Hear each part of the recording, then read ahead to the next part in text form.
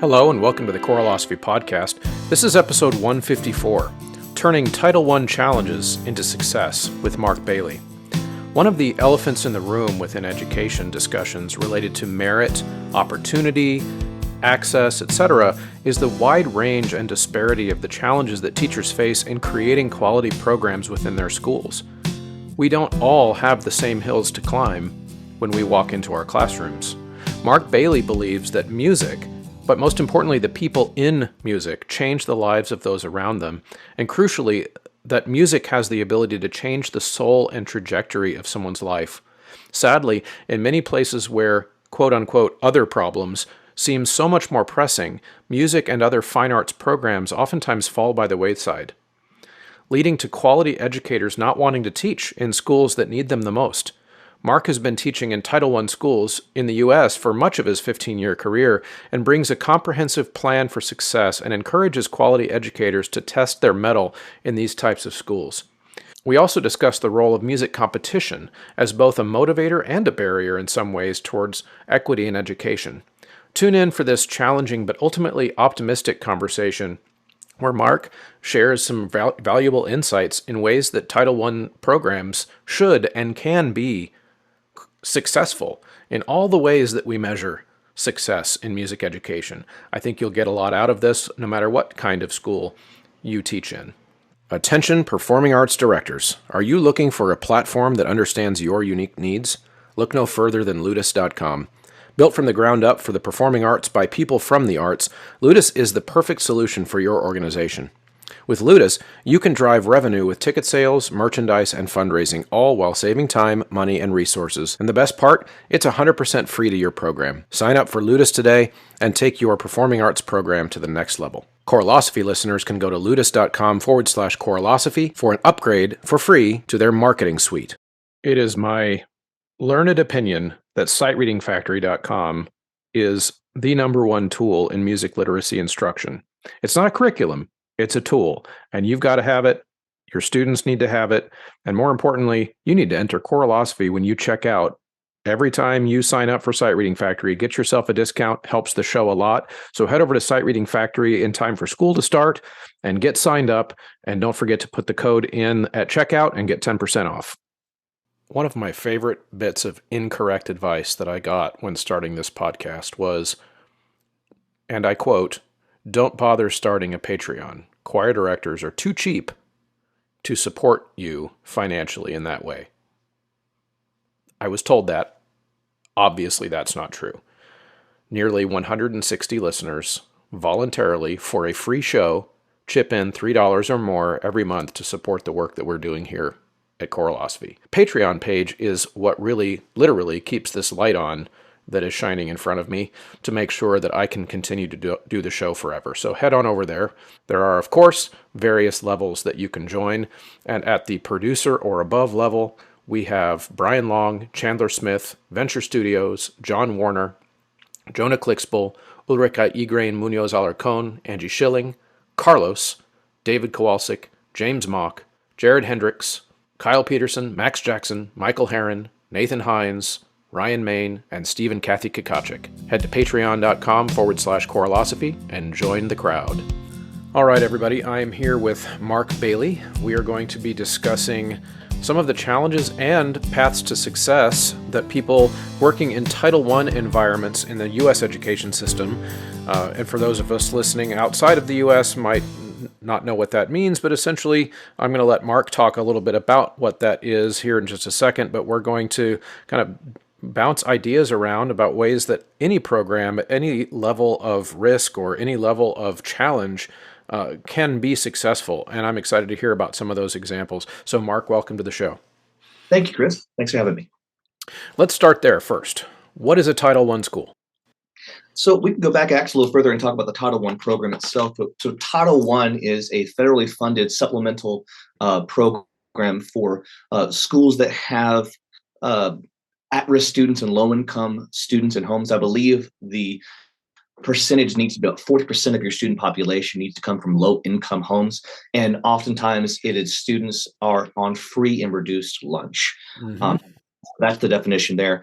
And in Texas, we have, let's see, we talk about in Texas schools in which children from low-income families make up at least 40% of the enrollment. And then we're looking at certain situations where economically disadvantaged students, for the Title I school itself, it's extra funding that goes towards helping students to achieve and close the gap for their own success. And so Yeah. this federal funding is so critical for our student population that are economically disadvantaged. I mean, in Texas alone, 60% of our students are considered economically disadvantaged. And that's the entire public school population. That's not just a little small snippet. That's the entire population of 5.4 million students we have here in Texas. About over 3 million are considered economically disadvantaged. Wow. Wow. Now, do you have any idea, and I don't want to put you on the spot here, but do you have any idea of how that definition is reached, even of whether or not they're considered economically disadvantaged? What is the threshold? Is it an income, like a household income? Is that how they figure it out? It's a certain income level to the point that the student has to be on free or reduced lunch. Right. I forget the number. I think it used to be less than $32,000 a year for the household income.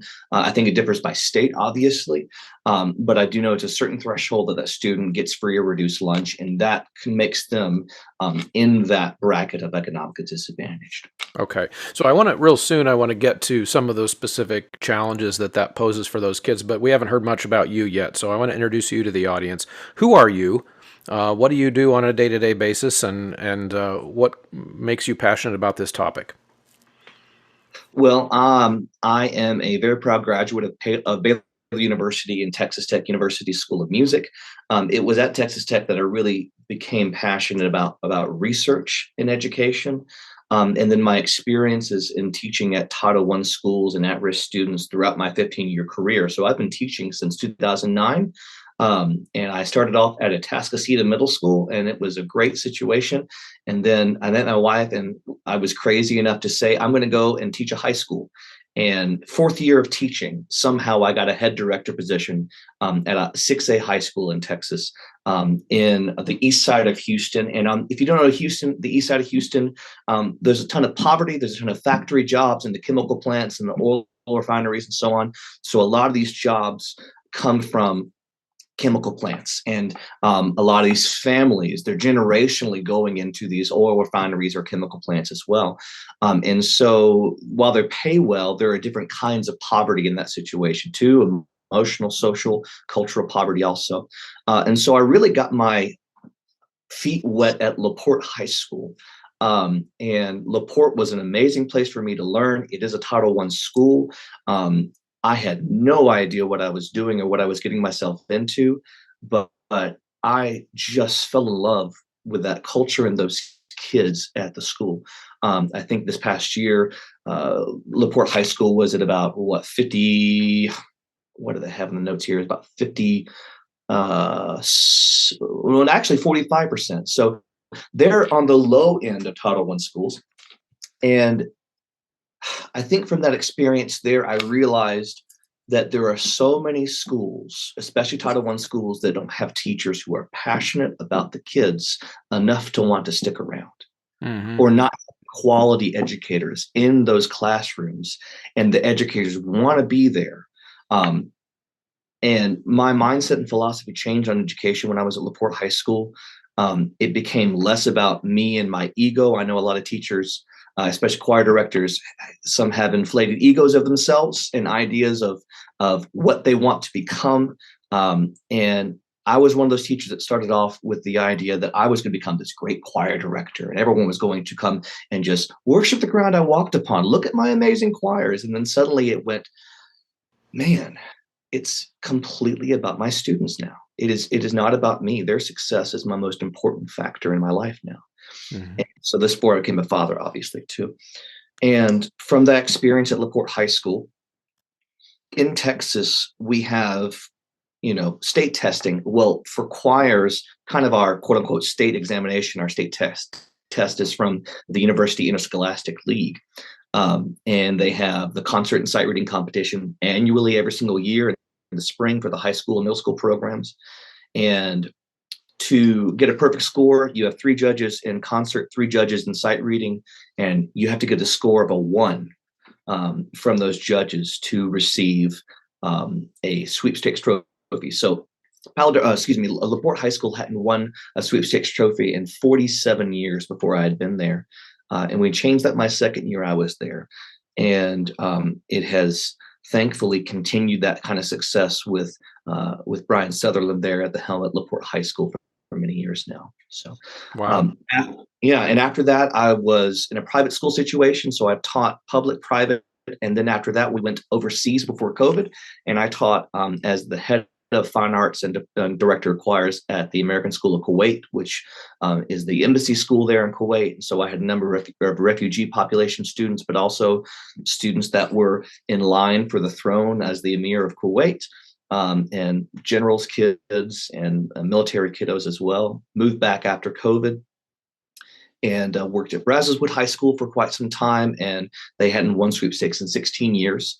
And then my wife got her dream job up here in Amarillo as a head librarian at a high school. And we knew we wanted to be in West Texas. And so we moved ourselves up here to Amarillo. My brother and his wife and their kid have followed. And then my mom and dad have followed too. And Paladero High School is an absolutely amazing place. There's 40 plus languages spoken here. About 75% of our population is economically disadvantaged. It's mostly Hispanic, Asian and Black students we have here, some white as well. But it's such a diverse and rich community, and the culture is absolutely wonderful here. And before I got here, they hadn't won sweepstakes in 45 years. And so it's been a great change for them, and the buy-in from the kids has been wonderful this first year here. Wow, that's great. It sounds like you're a world traveler. That's neat. Yes. I've never talked to anyone who has done one of those international school jobs. Maybe we'll get to that, but I want to stick first on some of the things, parts of your story that I think might be obvious to some people, but maybe not everyone would know what all of these things mean. So, for example, even if we were to say a student is, because of the income or economic disadvantage, that they're at risk. When we use that term at risk, what do we mean? And at risk of what? And what are some of the things that you see that maybe for somebody like myself or like a large percentage of the teaching population that don't teach a large number of kids in this situation, what are some examples of what at risk means? Sure. At least by Texas standards, an at-risk student is one that is at risk of dropping out of school before the age of 21. And so for our state, there are 13 different criteria. It's a kindergarten or pre-K student that has all the way to third grade, actually, that hasn't met the state assessment levels. The same thing for a 7th through 12th grader who has not maintained a 70 or above on the scale of 100 in 2 or more classes. A student who was not advanced from one grade level to another, that didn't perform satisfactorily on a state assessment, is pregnant or is a parent. Student has been placed in an alternative education program. So if they're in an alternative school, they're considered at risk. A student has been expelled from a school for any number of reasons. If a student is currently on parole, probation, deferred prosecution, and those conditional release situations, was previously reported to have dropped out of the school. If a student is a limited English proficiency, so those ELL and those emergent bilingual students, which I would love to talk about those kiddos later. If a student is in custody of Child Protective Services, if they are homeless, or if they're residing in a residential placement facility in the district, like a detention facility, emergency shelter, psychiatric hospital. So all these different life events that happen, these 13 different kind of situations where the state of Texas, at least, will say this student is at risk and we need to keep an eye on them, and we need to make sure that we have a safety net in place so they don't fall and they're successful through their secondary education here. Wow. Yeah, that's a pretty comprehensive list, and I can say that there at least was one frustrating instance in my school district where we were asked to identify kids as being at risk, but we never really got a satisfactory definition of what that really meant, and there were some very narrow criteria to get them onto that list, including their skin color, for example. And it just there's more to it, and that's why one of the reasons I was interested in talking to someone who's been teaching in your type of situation, because I imagine you talk about diversity in your community, but I would imagine just that the diversity of student situations that you've come across over the course of your teaching career has to be pretty startling if someone's not used to being in those types of situations. So I think that this might be a good tangential question here then, because you mentioned earlier in your story about how when you started out teaching, like a lot of us, with dreams of like being the great choir director who is known for what? Having great choirs. And that is like how many of us start out our careers. And I would definitely put myself in that same category. And then somewhere along the way, your philosophy changes. And I'm speaking for myself now. I would say it's not that I stopped wanting to have great choirs, because I do. I do want to have great choirs. It's just that my philosophy has now grown and expanded, and my definition of success involves way more than just that. There's also the student success and seeing them grow and seeing them leave my program, richer, fuller human beings. And so I imagine yours is pretty similar, but what I'd like to hear from you about is just what did you see, what did you go through specifically that led you to that change over the years in your career? It's a number of smaller situations. I think I first realized my philosophy changed when I was at LaPorte High School, and our family had a pretty traumatic loss, and my wife and I had a pretty traumatic loss, and so my mindset had changed in that situation, but also the support I received from my students. They knew what had happened, and so they were extremely supportive. So the building of a culture and a community that is one of caring for each other, where people matter first, not the music. Mm-hmm. That people and the community you build and the culture you build through music is the one that we should aspire to. Not a culture where that music and our success is the culmination of everything. We have to get the trophy, we have to be the greatest, we have to be all these things. I think educators have got to flip that on their heads, because if your ego is in the way of your kids, there is no way you're going to be impactful for their future and for the future generations. So it was experiences at LaPorte High School where I taught kids who were gang members. I taught kids who hadn't eaten in 2 days. I taught kids that had substance abuse problems that came into my class high on some kind of drug. And showing them grace and love in those situations. I'll never forget my first year teaching at LaPorte. I had a young lady come in and got to know her. She's very quiet. Found out she was homeless at one point. They were living inside their father's car. And towards the end of the year in spring, we found out her dad had stage 4 cancer. Mm. And the day before a UIL contest, he passed away. And what did she do? She showed up the next morning in her choir dress, ready to go to contest. And I said, why are you here? Why are you not with your family? And she said, choir is my family. This is where I need to be right now to grieve, to process. I just want to make music with y'all and feel normal for 1 second. Mm-hmm. So it was moments like that at LaPorte that really changed and grew me. Other situations where I've seen kids move into a career in music from poverty into a career in music.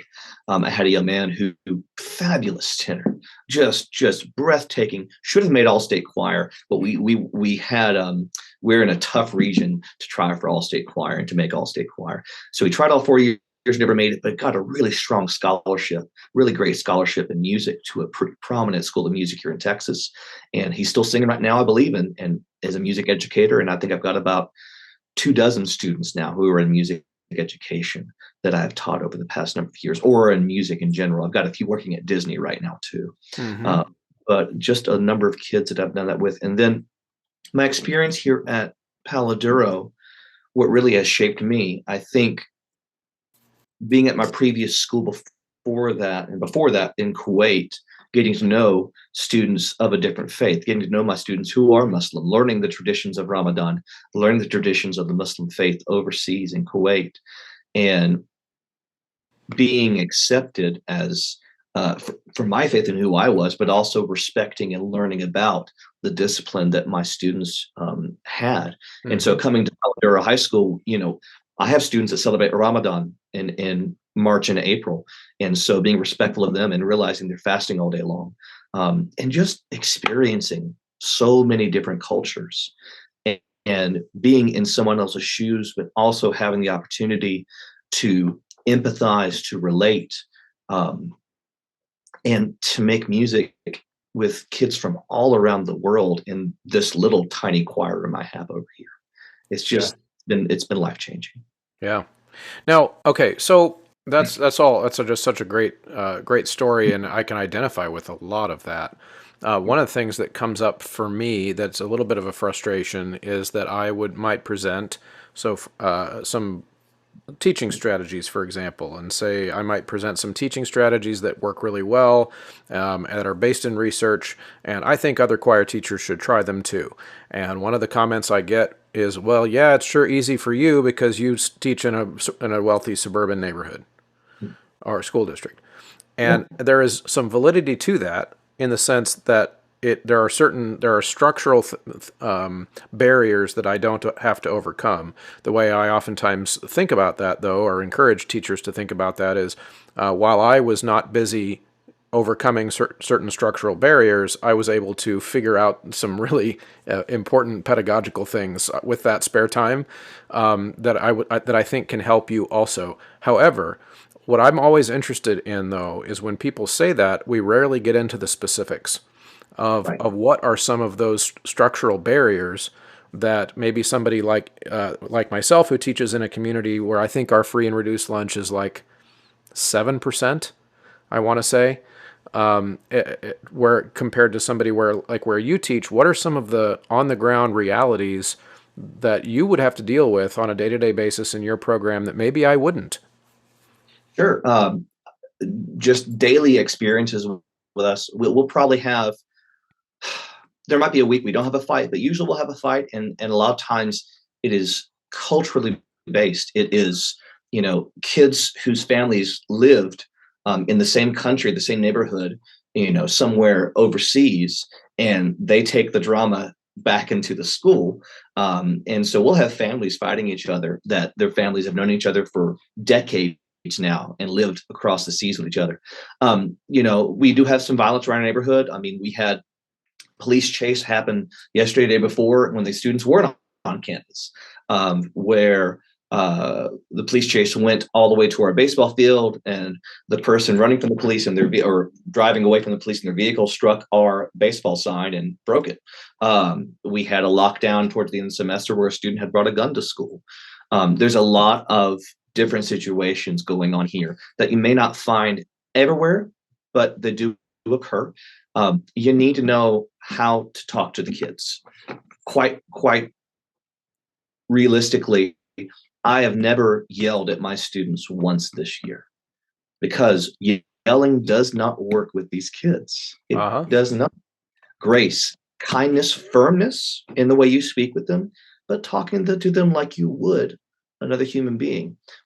A disciplinary system that's based upon punishment often doesn't work here, as much as one where respect is earned by the educator.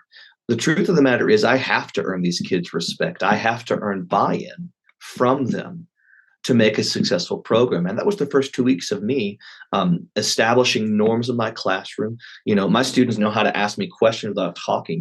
One's I got a question, they'll hold up a one.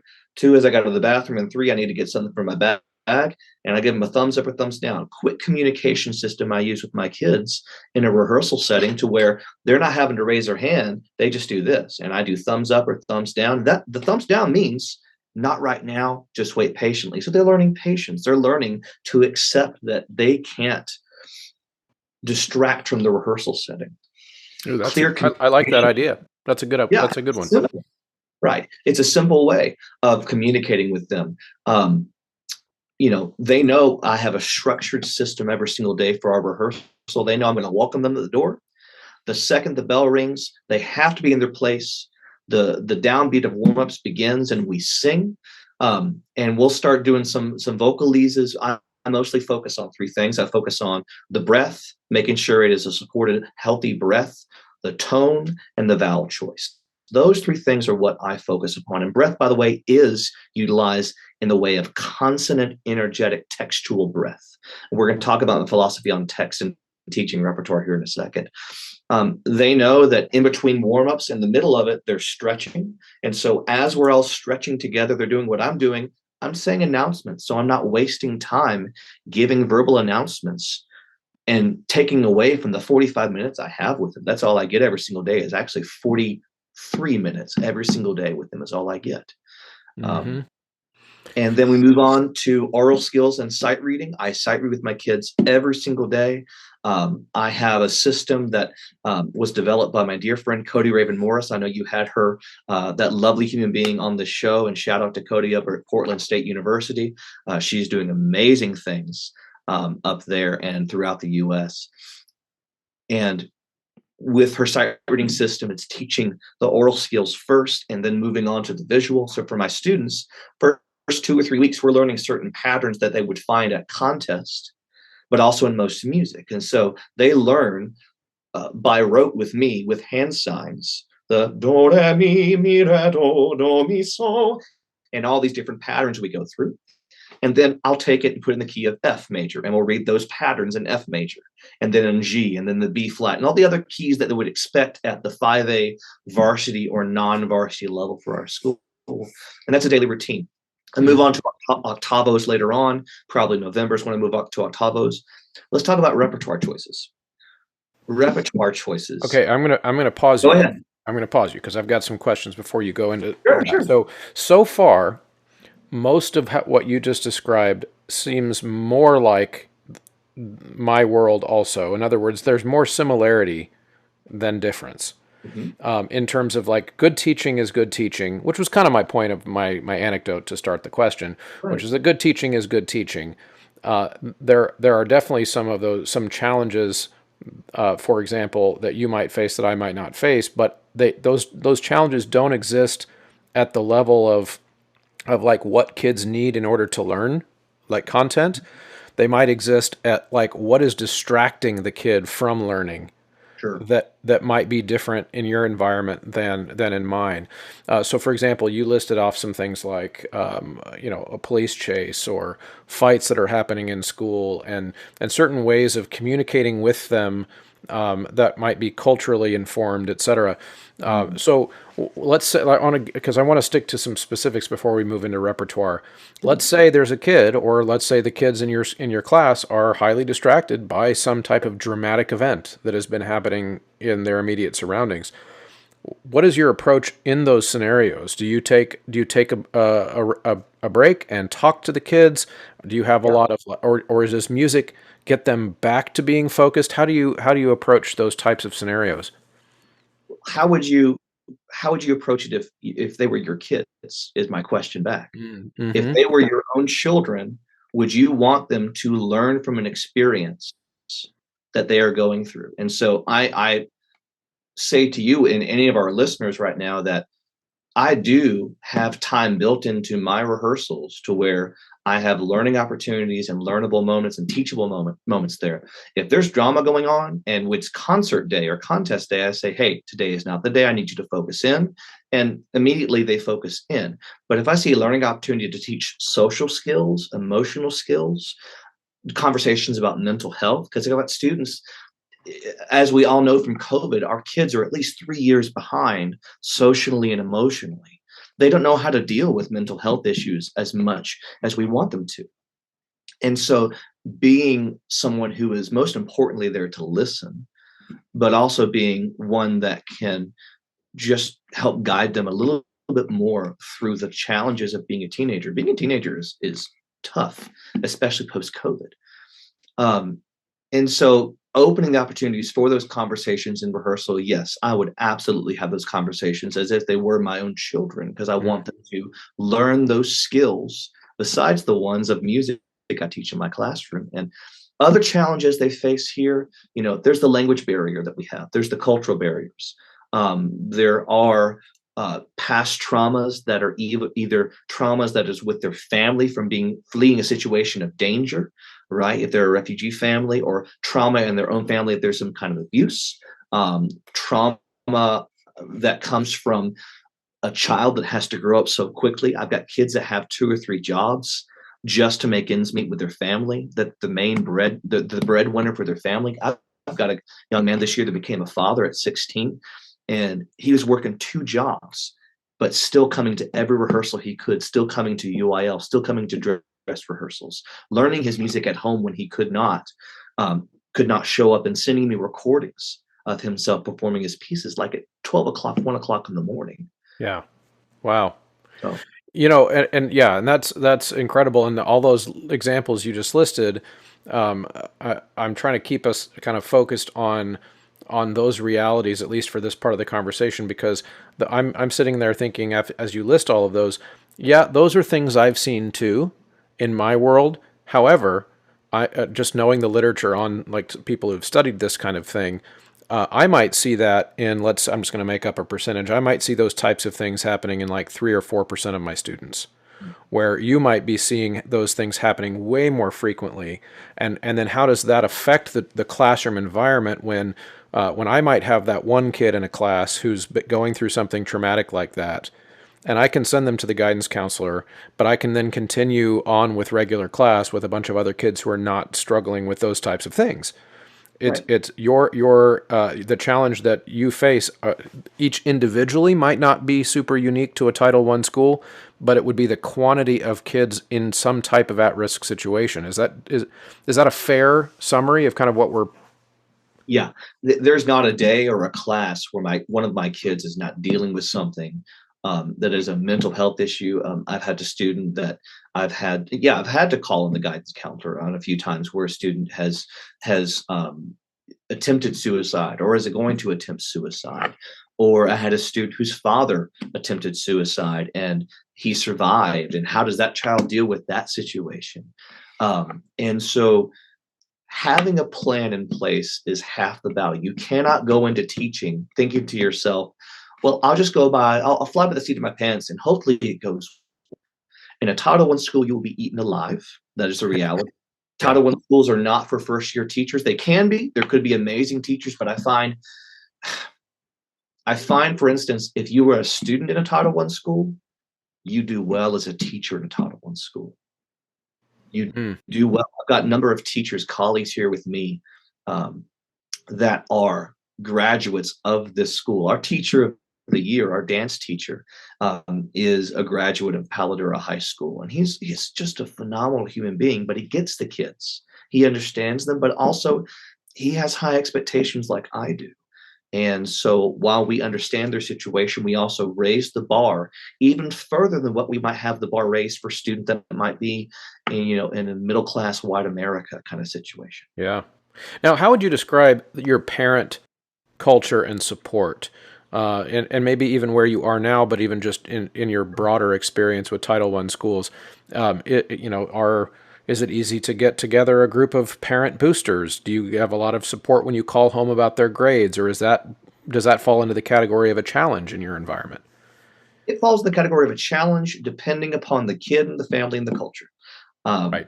I can call one family and it's a highly structured home. Mom and dad are there. And so if I call home, boom, it's taken care of. They said, Mr. Bailey, I apologize. You'll get a written note of apology tomorrow. They respect what we do here in the fine arts and they want their child to be successful. And those are great parents. I've got other parents that say the child is your problem when they are at school. Quite literally, I've had a parent email saying, that is your problem, not mine. You deal with it. I think it just depends on the situation, what the household is. Getting my parents together is difficult because many of them work 2 or 3 jobs at some of the factories we have over here in Paladura on the north side. and a lot of them are factory jobs. Like we have Tyson Chicken over here and some other different factories up here. And um, a lot of these are immigrants who are trying to find themselves in this world to give their children a better situation, and their kids are just as hardworking and preparing to be adults. And there is a cultural barrier there. There is a language barrier sometimes as well. There's a challenge there. Um, but I find for the majority of my students, the parents care just like any parent. They love their kids. They want their kid to thrive. That's one reason why many of them came to this country in the first place. And if you didn't know already, Amarillo is actually a hub of refugees for the U.S. Many students we have are from Afghanistan, Syria, Myanmar, Burma, Vietnam, parts of Africa, South America, Central America. So it's such a rich and diverse culture just at this school alone. Wow. So do you have a booster organization, like a parents organization of any kind there?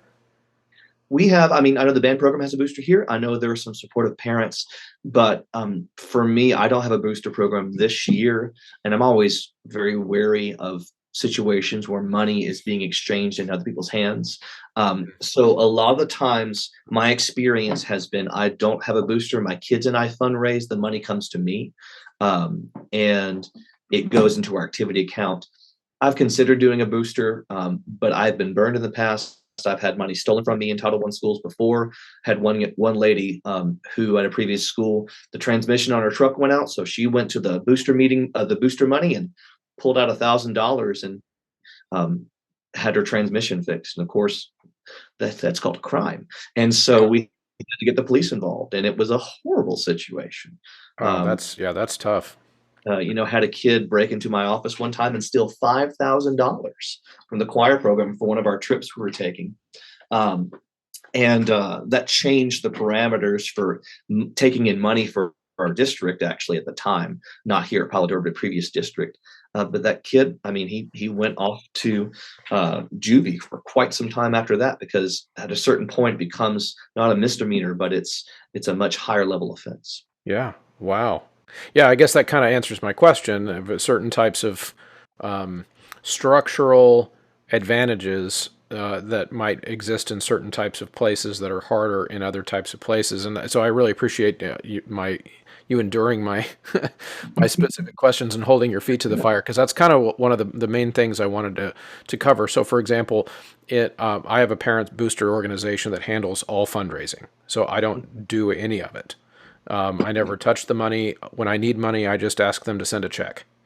And so and does that make my job in the classroom and during my plan period and easier? And do I have to spend less time after work, doing that type of stuff? Absolutely. So when I say advantages and disadvantages, and how does that actually impact our day-to-day experience, this is kind of what I was wanting people to think about, is like not everybody's job from 7 a.m. or whatever in the morning starts the same way and ends the same way, with the list of different challenges and stresses that we face. So I really appreciate that. So now what we could do, and we can, because you were trying to go to programming, and I'm getting the sense that you have certain ideas about choosing repertoire for kids in your type of situation, which you've already talked about how it's just so culturally diverse.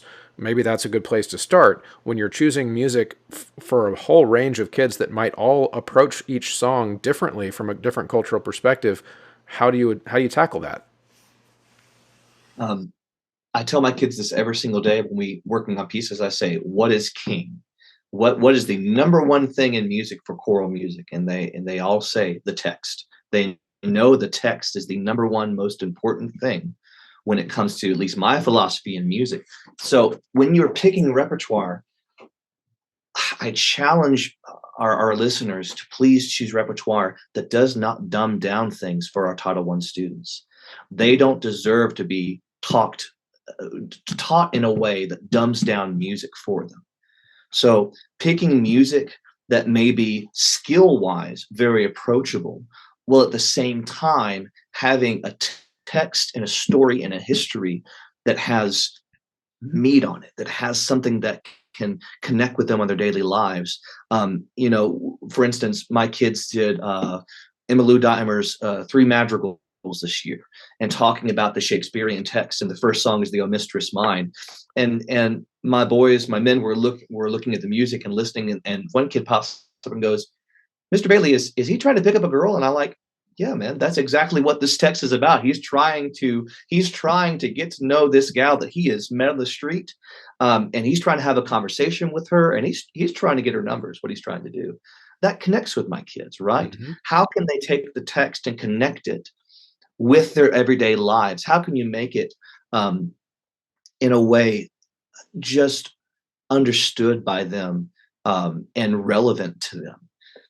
And it takes research. It takes you going out and listening to multiple pieces of music. It takes you being very careful about what I call the cheese factor. I detest bad music, badly written music, and cheesy music.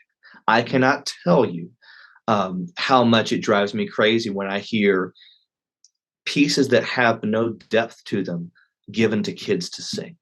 Kids want deep and understanding, deep piece that they can understand and to have conversations about them. So when I teach my music, we talk about the text first. I go from the big ideas, the macro idea of the text, the history of the piece, the composer, what was going on in that time period, and the meaning of the text first. And then I dwindle down to the things that matter. Like I go to, going to phrasing and part A, part B, and ranges, and then I go to the solfege and the rhythms, right? I don't start off teaching solfege. I don't start off teaching rhythm. I go to the text first. And so my encouragement in that philosophy is that you will get more buy-in from kids if you pick pieces of music that have richness and depth to their meaning. And if you talk about how it relates to them first. I don't believe kids will jump into a piece more if you just teach solfege and rhythms and notes first. It just can't work with these kids. They have to have a reason why it's important.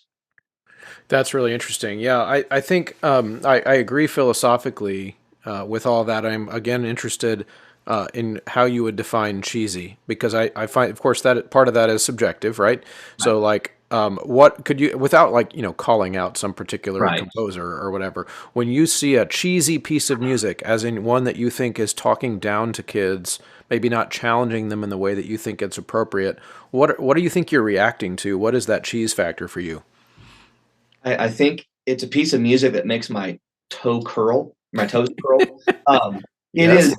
I can tell you, I can listen to the first 10 seconds of a piece and go, nope, automatically, without even going to the text. I know in the first 10 seconds whether it's going to be a piece that I enjoy or my kids enjoy. And it's a number of factors. It's the level of musicianship of both the accompaniment or the vocal parts. It is the kind of text that is chosen. Is it a piece of poetry or a piece of text that is one of that has been written by a great poet of some kind or a great author? Or is it a new composition where it's from an unknown author or an unknown poet, and this composer has taken it and composed it in a way that just brings out the text painting?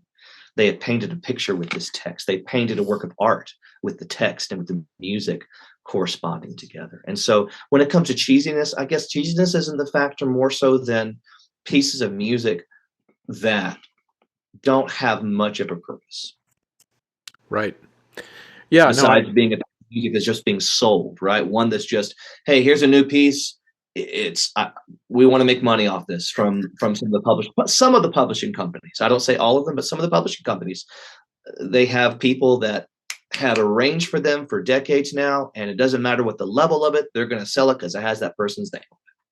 Yeah, I get what you're saying, and because it is difficult to objectively define cheesy, but it falls into that category of like, I can't tell you exactly what's happening, but I just know it when I see it.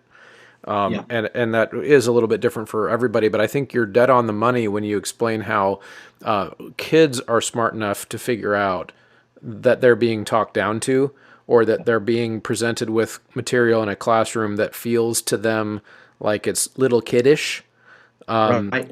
And I think when it sounds like I don't want to put words in your mouth, but you might be suggesting that if you have to err on the side of anything, err on the side of more mature, because Yes. that's what the kids, especially at that high school level. Now we both teach high school, and at that age, they are desperate to be seen as older than they are in the first place. Right. And so by giving them some kind of, nursery rhyme or whatever, they're going to feel like they're being put in a box of being a little kid. Does that sound about right? True. Yeah, I agree. And I also tell folks, do not be afraid to do language pieces.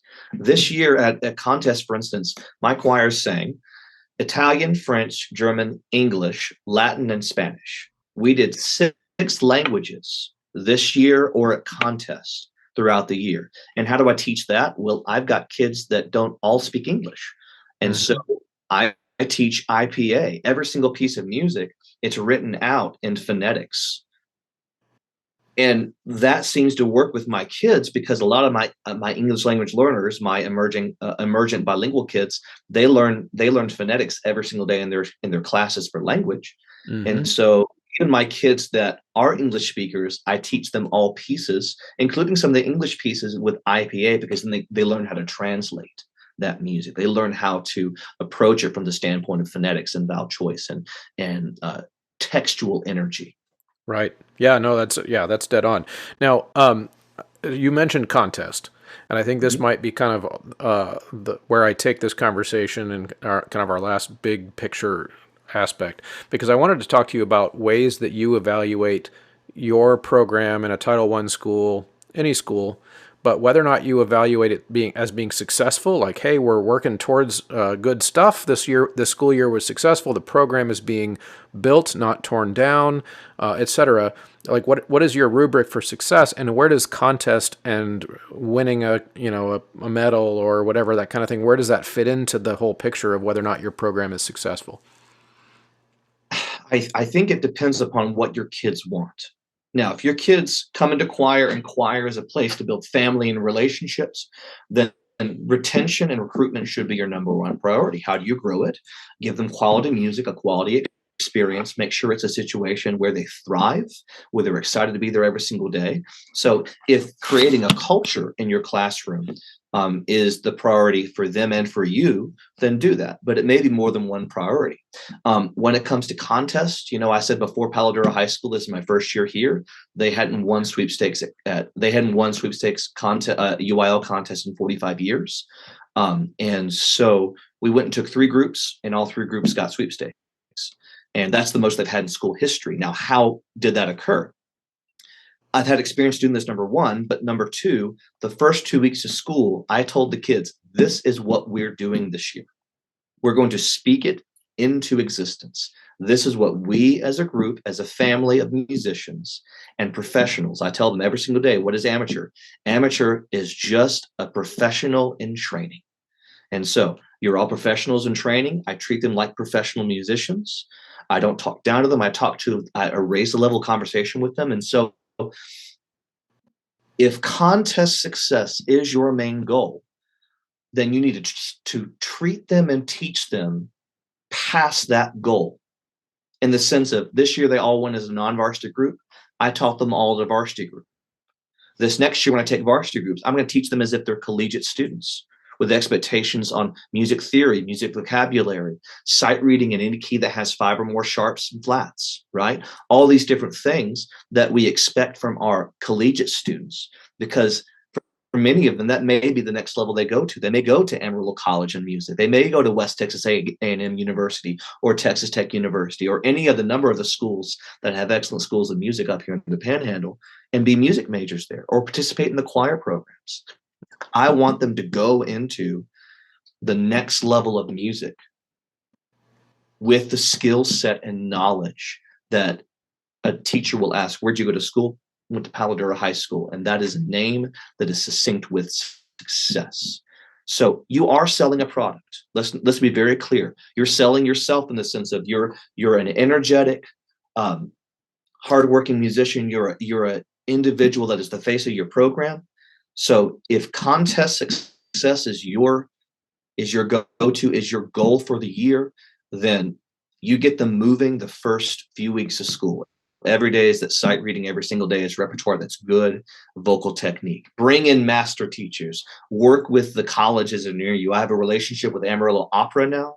I have a relationship with Amarillo College. We are singing with West Texas A&M University at Christmas time, and they're one of the Team EA invited choirs this next year too. So I want them to have all those experiences of what's the next level as well. Hmm. So I Yeah. guess your question is, yes, everything should be your goal. All the successes should be your goal, but prioritize what the kids want to. Yeah, I especially resonate with your philosophy of always wanting to teach them beyond whatever the benchmark is. My kids go to our festival in Missouri and end up being kind of upset and bored with the sight reading because they just kind of were assuming that it was going to be harder than it is because of how much we'd worked on. And I tell them that's exactly what I want you to feel like when we're done. Yep. I want, and it's not because I want to get that rating at the competition. It's because I believe that you should know how to do this. And knowing how to do this means stepping up to a piece of music and not feeling overwhelmed and not feeling stressed and knowing exactly what to do, because that's what a literate musician would do, is they wouldn't freak out. And then I would say, were you freaking out during the sight reading? And they're like, no, it was really easy. And I was like, okay, well then we did our job. We did our job. And the reason I ask about the contest specifically is because I'm not like philosophically, I'm not a super big fan about music competitions in general, in the sense that I don't see music as a competitive activity. I see it as an artistic expression, etc. However, I understand why, especially at the high school level, why a lot of our programs would kind of stop existing if we didn't have that competitive drive, because kids are oftentimes competitive. They want to be in a situation where they're striving towards that rating, towards that judge's approval, towards, like you said, winning sweepstakes. We don't have that in Missouri, so I don't really know what that means. But they're striving towards that.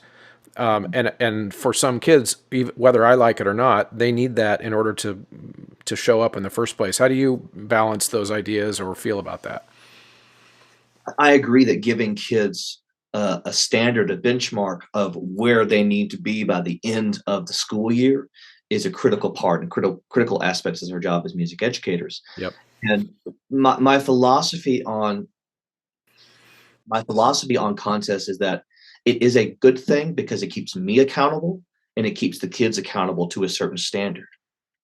Now, accountability is good, but for me as an educator, I do want to take them past the benchmark. I do want them to be past that opportunity. I want them to be at a collegiate level by the time they leave my choir program. What does my freshman look like? What does my sophomore? What does my junior? What does my senior look like when they leave my program? And so I believe that contest is good to keep us accountable and to keep our level of musicality and our program's level of musicality where it needs to be. But if we didn't get sweepstakes this year, I still would have told the kids, look how much you've grown this year. Look how much you've grown since last year. How much more have you grown when it comes to social, emotional skills? How much have you grown in your musicianship and musicality? How well can you sight read now? What are your favorite memories from the year? And then look at your retention and recruitment. This year we had about 60 in our choir program. Next year we have 100 to 120 in our choir program. And so it's that steady growth, and the word gets out about your program, and that this is a place that is safe. This is a place where you are accepted for who you are. And I tell my kids, I don't care what faith you are, who you love, where you come from, you are welcome in this room and you're part of this family.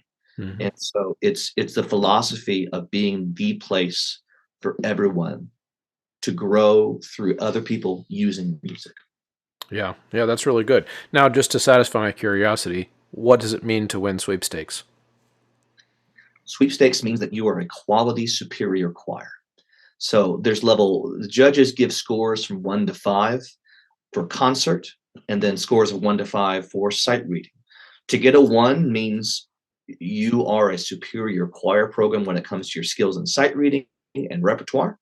And they assess you on tone, vowel choice, phrasing, dynamic contrast. How diverse is your dynamic representation of the piece? How well do you follow the score? How good is your textual interpretation? Um, how good is your language, depending upon what language you're singing in? The blend of the choir, all these different aspects you'd find from a judge. And so they give you a rating 1 to 5. A 2 is an excellent rating, by the way, but it doesn't get you a trophy. A 1 from the majority of your judges, though, gives you a sweepstakes trophy. And there are choir programs that have won them every single year since the existence of UIL. And then there's here that has not had a choir trophy since 1977. I see. So it's a consensus of the judges that puts you in that category It's a of being quality test, yes. right, and all the judges essentially have to agree that you were in that category. Okay, so that's not too far off of or too far different than what we do in Missouri. We just don't call it that, which was why I was behind in that conversation just a little bit. We just they just average our ratings together and give us an overall rating, which is kind of an interesting thing. I think where my beef comes into with contest, and specifically, it's when events are set up where there is like a winner, like Mhm. where the kids start thinking about themselves not related to a benchmark, which I like. It's when they start thinking of themselves compared to other choirs. Are we better than them? Are we worse than them? Are we better than them? That's where I get, and my kids know that I feel this way because I talk to them all the time. We don't care about how we are in relationship to the choir down the street. Right. We care about how we are in relationship to how we started, and whether or not we feel like we are doing our best, and that's how we measure everything. Now, if a contest is able to capture that, then I'm good with it. Do you feel like is that how it works where you are? Do they feel like they're really up against other choirs a lot, or do you ever have to talk to them about that? Well, there's not a first or second place at UIL. There's not a this is the best of all the sweepstakes choirs. It is okay. This choir got sweepstakes. This choir got 1, 2, 2, 1, 2, 3 in sight reading. They got some room to grow. It's fine, right? Now, do other choir directors judge other programs based solely upon those scores? Of course they do. Are Yeah. there other choir students who judge other choir programs if they don't get sweepstakes? Of course they do. That goes without saying that you're obviously not a quality teacher and educator if you're not getting sweepstakes. I completely disagree with that. I've got educators in my own district. Not all their choirs got sweepstakes, or none of their choirs got sweepstakes. Guess what? They're amazing educators. They have amazing kids that have worked hard. They have different challenges in their classroom. They have different things that they have to work through to Hmm. get to a quality level where they're successful. And success takes time. Um, I'm in year 15 of my teaching experience. My first year of being a high school choir director, my choirs all got 1s on stage. They got 3s and 4s in sight reading. That's okay. We didn't focus on sight reading that first year. We focused on stage. Hmm. Hmm. So I think is you need to think about this as the personal growth of each individual kid and have a growth mindset. It's not I'm a failure. It is failure is not fear of failure and avoidance of failure should not be our goal as educators. It's not that your life is A, B, C, or D, and if you make a mistake, the consequences are final. There's no moving forward. Failure is an option as long as you're learning from it and growing from it. Failure must be an option for this generation of young people because there's so many things going to be coming at them in the future. And it can feel frustrating to feel defeated. And that defeatism is there. I get that. And that's okay. But your goal has to be centered on learning outcomes of growth. Yeah. So I preach growth mindset every single day to my kids. And they're like, I didn't get that. Well, are you better than yesterday? Yes. Good. That's all Yeah. that I expect from you. Yeah. It's only a All, failure if it was your last try. And yep. that's something that I like to say to him too. And I think I've always kind of daydreamed about what if part of our evaluative festivals that we have in our different states, what if one of the artifacts we had to turn in for our like a big portion of our rating was everybody has to record their choir on the first day of school Yep. and and submit that to the judge also, and And they have to hear that context, because I feel like that would separate a lot of those egotistical ways of evaluating other teachers' work based on their scores. It's like, okay, let's see what our kids sounded like on the first day of school, and how far did we come before we really start. And of course, there's lots of reasons why that'll probably never happen. But I like to think philosophically about why that might be a cool thing. Well, Mark, I really appreciate your time and your expertise and your insight on this. On the way out, is there anything I didn't give you a chance to kind of highlight about the world of Title I education? Sure. I think that a lot of Title I schools, if they have the Title I school, if their school is tied with Title I, there's a negative connotation that goes along with that. A lot of teachers, they say, "Ooh, Title I am not going to go teach there." Or teachers will go to Title I and say, "I'm here for a few years. It's my stepping stone. These kids are my stepping stone to a better school and a position and more popular position." Should be the exact opposite. For veteran teachers and educators, Title I schools should be the pinnacle of their career. If you are a master educator, you need to be in Title I schools. You don't need to be going to the easy job. You won't grow. You won't have the opportunity to grow. I have grown so much more in the past year with this Title I school and these kids than I have in my entire career. Now, do I have the skill set and knowledge that I've learned over time from my experiences? Of course I have. But I think master teachers, veteran teachers in our craft should be in Title I schools, and those should be the places that they are viewing as, man, I've got to go to a Paladura High School. I've got to go to a LaPorte High School. I've got to get to the school where 98% of the schools or kids in the school are economically disadvantaged. Shout out to the amazing teachers down in Brownsville ISD that, they are superstars when it comes to Title I schools. They are absolute superstars.